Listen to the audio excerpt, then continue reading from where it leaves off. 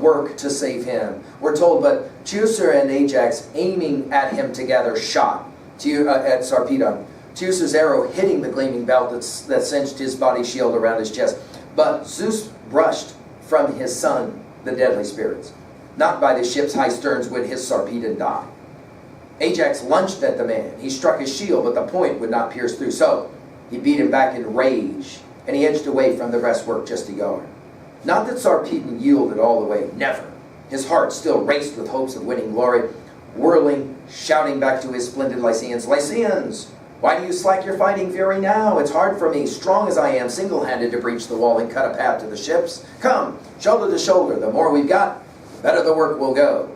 It's significant for two things here to point out. One, Sarpedon is a great warrior, and obviously he's doing the very thing he told Glaucus he would do. Prove himself worthy in battle to gain his, especially Claus. Two, Zeus saves him here. Later, we're in the Iliad, we're going to have a moment where Sarpedon is wounded, and Zeus will want to save him again, and Hera will say, no. That's going to be a pivotal moment for us. Just put it in your notes that we'll be looking for it. Finally, we have this amazing stalemate. And this stalemate leads to a couple of the more amazing similes in this epic simile-ridden poem. I'm with you now. By the way, the last lines that I was reading about Sarpedon started at 465 or so. Now I want to jump to 490, 487 or so. As two farmers, I mean, listen to this. We're talking about a poem about war and fighting. As two farmers wrangle hard over boundary stones, measuring rods in hand, locked in a common field, and fight it out on the cramped, contested strip for equal shares of turf. So now, and again, this epic simile thing always begins with the word like or as and then finishes with the word so. So now, the rocky bastions split the troops apart, and across the top they fought. They're stalemated, hacked at each other, chopped the ox hides round their chests. Many were wounded, flesh ripped by the ruthless bronze, whether some fighter wheeled and bared his back, but many right through the buckler's hide itself. Everywhere, rocks, ramparts, breastworks swarm with the blood of Trojans, Argives, both sides, but still the Trojans could not rout the Argives. They held tight, and now we get a second amazing simile. They held tight as a working widow holds the scales, painstakingly grips the beam and lifts the weight and the wool together, balancing both sides even, struggling to win a grim subsistence for her children. So powerful armies drew their battle line, dead even till at last Zeus gave Hector, the son of Priam, the greater glory, the first to storm the wall. Amazing similes. I just want to point out the genius of this poem. That we're going to try to compare one thing to another thing. Two groups of men slaughtering each other in a stalemate are like two farmers fighting over a plot of land, or like, amazing, a widow working the scales to try and figure it out so she can feed her starving children. I mean, it's amazing. It's beyond amazing that our poet will go that distance to find similes that make you read and you're like, wait, this is a poem about war? Or this is a poem about life? Or life and death? Right? Hector loosed a piercing cry at his men. Drive, drive, my stallion-breaking Trojans. Breach the Achaean rampart. Hurl your fire now, a blazing inferno of fire against their ships.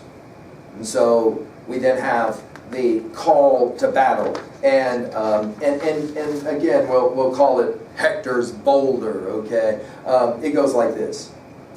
Hector grabbed a boulder, bore it up and on. It stood at the gates huge, blunt at the base but spiked to a jagged point, and no two men, the best in the whole realm, could easily prise it up from the earth and onto a wagon, weak as men are now.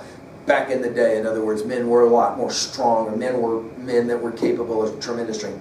But he quickly raised and shook it as Zeus, the son of Cronos, with Cronos' twisting ways, made it a light lift for Hector, all on his own. And then we're told that he picks this boulder up and he throws it at the gates, right, shattering the gates and all of that, planting his body firm in front, legs spread wide, his weight in the blow to give it total impact. Hector hurled at the gates, full center, smashing the hinges left and right, and the boulder tore through, dropped with a crash, and both gates groaned and thundered. The door bars could not hold. The planking shattered up in a flying storm of splinters under the rock's force, and Hector burst through in glory. There's that word, kleos. His face dark as the sudden rushing night, but he blazed on in bronze, and terrible fire broke from the gear that wrapped his body, 2 spears in his fists. I mean, now all of a sudden, Hector is no longer human, right? He literally looks like Ares, the god of war, as he comes through the gates. No one could fight him, stop him, none but the gods, as Hector hurled through the gates, and his eyes flashed fire. And whirling round, he cried to his Trojans, shouting through the rock, "The wall! Storm the wall!" They rushed to obey him, some swarming over the top at once, others streaming in through the sturdy gateways, Argives scattering back in terror, back by the hollow holes, the uproar rising, no way out, no end. And in fact, Fagles doesn't even put a period. He just puts a dash after the word end to give you a sense of how the Trojans are now coming in. It is bad times now for the Greeks. All right, let's jump to 2a quickly. Well, obviously, great deeds are accomplished only with great courage. No question. That's one of the major messages of this book. Also, notice that interesting set of lines at the beginning. All creations of humans ultimately will be destroyed by the gods, right? The idea that humans build and the gods decide at what point they will destroy. It's an important, I think, message about humility probably for any Greek reader of this text. Of course, we've said it already, since men are mortal, they are the only ones who can seek true glory. That is to say, they can seek a real life, right? At 2b with symbols, well, obviously we got the eagle and the snake as a symbol, right? Notice again, the idea that any symbol can be interpreted any number of ways. Hector was having none of it with the eagle and the snake, huh? Of course, Hector's rock can kind of serve as a symbol as well, right? That symbol of resolve, of victory. I've done this. Let's go, let's go. The irony in this book is, of course, that only humans can gain kleos. But the only way they get there is usually by putting their lives in danger to die by virtue of the fact that they are humans, they're mortal. And the gods obviously cannot achieve that level of glory, which is fascinating, right? Notice another irony. All of Hector's success, all of this amazing success, is really in the end for nothing. Troy will fall, right? Another irony, Sarpedon is saved by Zeus, but later Zeus won't allow it, right? Because especially Hera, right? Sarpedon later will die. Of course, in this poem, we've had a number of times that the gods have saved humans, and then later, of course, many of those humans, well, they don't get saved. Finally, at 3a, well, this is, thus far anyway, no question, the most Trojan book so far. And it does beg the question, is this a Greek poem or a Trojan poem? No, it's a Greek poem. It takes us back to the opening lines, though. The reason why so many Greeks have to die is because of course, this fallout between Achilles and Agamemnon. Right?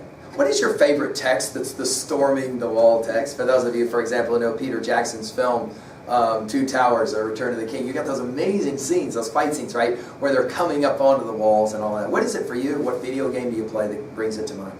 I like to as well mention here Song of Roland. I haven't mentioned that poem yet. We'll talk about it in AP. It's another one of those epics that we study. It's a French poem about a terrible battle and a hero at the end who has to sacrifice everything to try and save some people.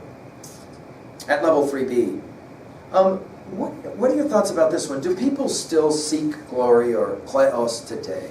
I mean, do you think that idea of the warrior code is still prevalent today? And if so, in what ways? How about this one? Do you think humans are better than the gods because of our mortality? It is the very fact that you ain't met no 200-year-old people in your life. There's a reason for that. All people living on this planet right now in 200 years will all be gone. It's a fact. Does that make our lives a little more meaningful? If you could live forever, would you somehow think of life as less sacred? The thing that makes life so sacred is the very fact that we don't get to do it for very long. What are your thoughts on that? What was the time that you fought against all odds? Right? Those poor Greeks or those poor Trojans who were just, What was the time when you were fighting or at odds and it was a stalemate as well? What was the time that you fought knowing that it didn't matter or it wasn't going to come to any legitimate fruition? For example, think about Sisyphus and his famous rock, right? Pushing it up a hill. Right about the moment that he gets to the top, it rolls back down on top of him. What was the time you were kind of jacked like that? All right, that's book 12. We now turn in book 13. called the battling for the ships. I mean, they get inside the walls. So obviously now we're getting very, very close to Achilles and Patroclus into their tents, into their ships. Obviously, we're getting step by step closer to the moment when Patroclus finally decides, you know what, I think it's time for me to enter all of this. And of course, that will lead us to Achilles' return as well. I hope you're enjoying this as much as am I. Thank you.